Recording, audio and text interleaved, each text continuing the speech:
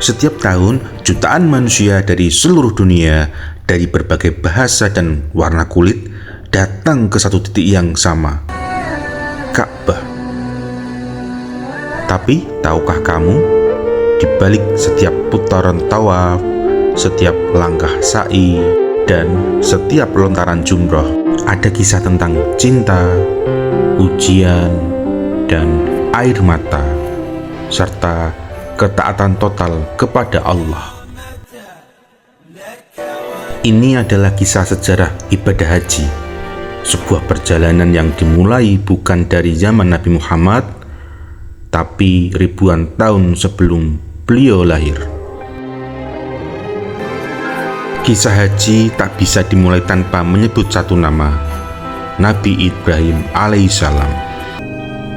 Wahai Ibrahim, tinggalkanlah istrimu Hajar dan anakmu Ismail di lembah tandus tak berpenghuni. Perintah itu datang langsung dari Allah. Tanpa banyak tanya, Ibrahim pun patuh. Hajar berkata, "Apakah ini perintah dari Allah?" Ibrahim mengangguk. Kalau begitu, dia tidak akan menyia-nyiakan kami. Dan disinilah sejarah itu dimulai, di lembah Mekah yang saat itu belum bernama. Di gurun yang tandus, Hajar kehabisan air. Bayi Ismail terus menangis. Dengan harapan dan panik, ia terus berlari dari Bukit Safa ke Marwah. 1 kali, 2 kali, hingga 7 kali. Namun Hajar tak pernah menyerah. Lalu Allah mengutus malaikat Jibril. Lewat hentakan kaki Ismail kecil, keluarlah air yang terus mengalir hingga hari ini.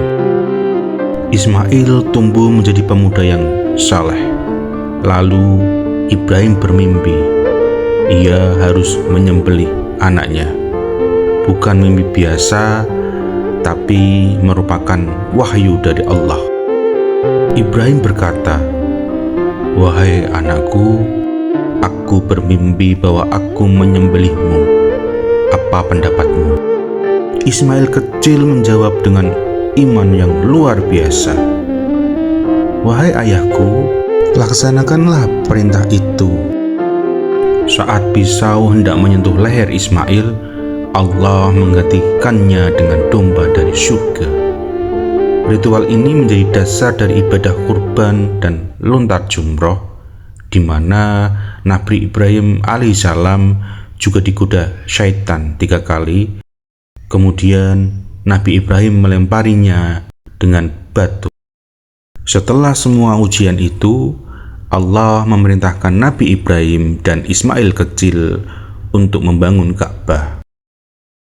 Dan ingatlah, ketika Ibrahim meninggikan fondasi Baitullah bersama Ismail, seraya berdoa, "Ya Rob kami, terimalah dari kami." Mereka membangun dengan tangan sendiri. Dan dari sinilah kiblat umat Islam ditetapkan. Setelah Ka'bah selesai, Allah berfirman, "Serukanlah kepada manusia untuk berhaji.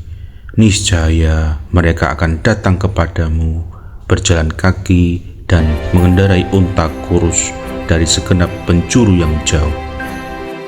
Ibrahim berdiri dan menyeru, "Wahai manusia, datanglah berhaji ke Baitullah." Allah menyampaikan suara itu ke seluruh langit dan bumi.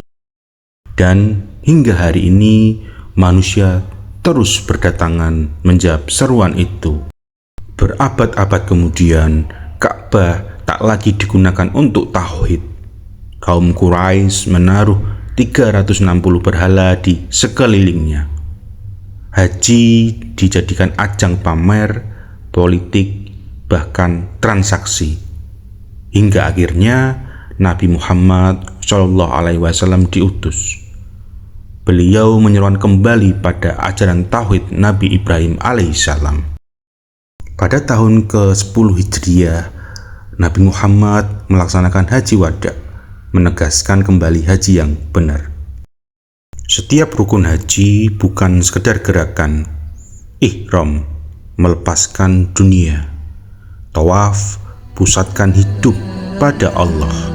Sa'i, usaha tak boleh putus. Wukuf di Arafah, hari pengampunan.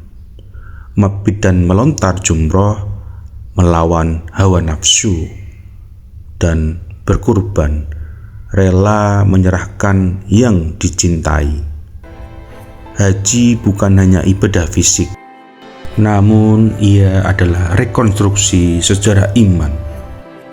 Dari kisah seorang ayah yang rela meninggalkan anaknya, seorang ibu yang berlari demi nyawa, dan seorang anak yang rela dikorbankan.